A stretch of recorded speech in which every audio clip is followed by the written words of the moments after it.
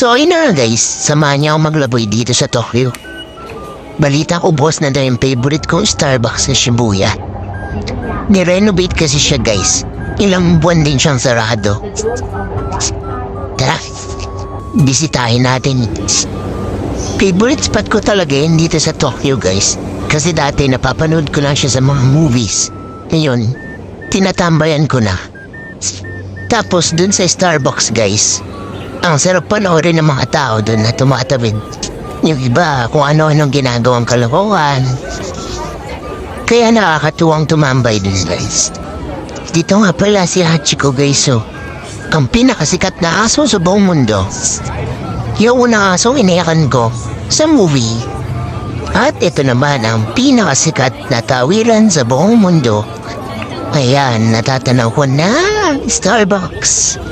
Ito, ang Shibuya Crossing guys. Ayan.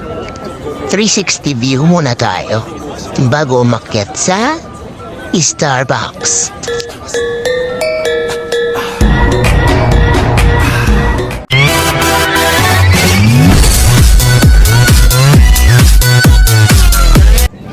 Yan na pala yung preview ng makikita nyo sa taas mamaya guys. Eto, pakyas na tayo. Let's go! Dito sa first floor guys, merong maliit na event place.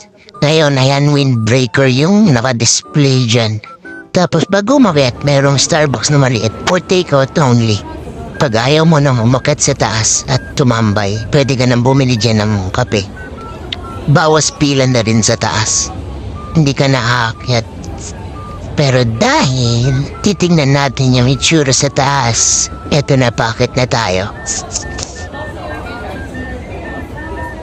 Eto nga pala yung bubungad sa'yo guys. Ayan yung mga tinda nilang tumbler, baso, tas may maliit na cashier dyan.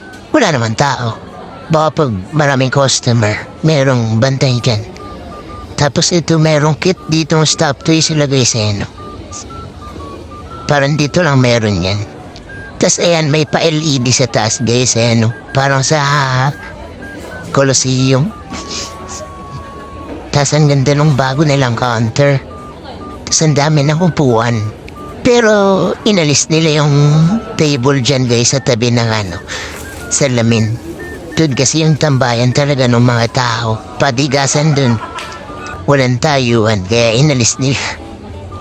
Para marami nga naman mga picture dyan, mga video.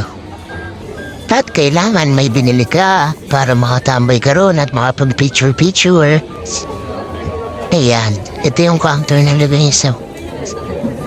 Parang bar na siya. Panluwag. Tapos yung in-order natin guys, yung uso ngayon na melon. May buong melon yan eh, sarap. Tapos ito na yung sikat na pwestuhan. Ayan. Sana all. Ayan, may upuan naman na maliit na nakaharap doon. Pero hindi na siya nakadikit talaga sa salamin. Dati nakadikit sa salamin yung ano dyan guys eh. Yung table. Tapos yan. Ganda ng view. Ayan yung mga tao. Minsan may dumadaan pa dyan na ano guys, Mario Kart.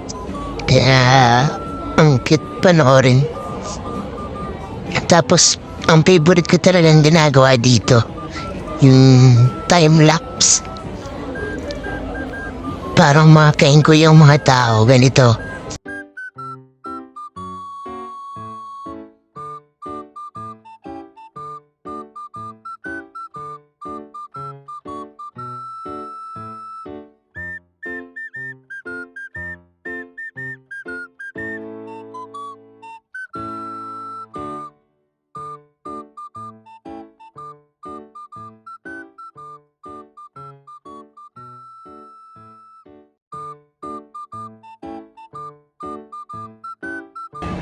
O, diba ang cute?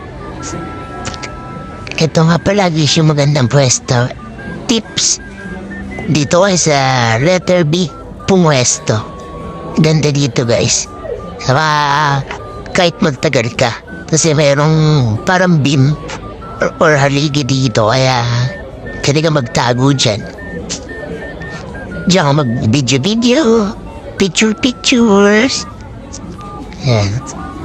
Kita mo dyan yung mga tumatawid pati sa gitna. Pero maganda rin sa third floor, guys. Nasilip ko kanina. Next time, tambay tayo doon. Yun lang. See you next time, bye, guys.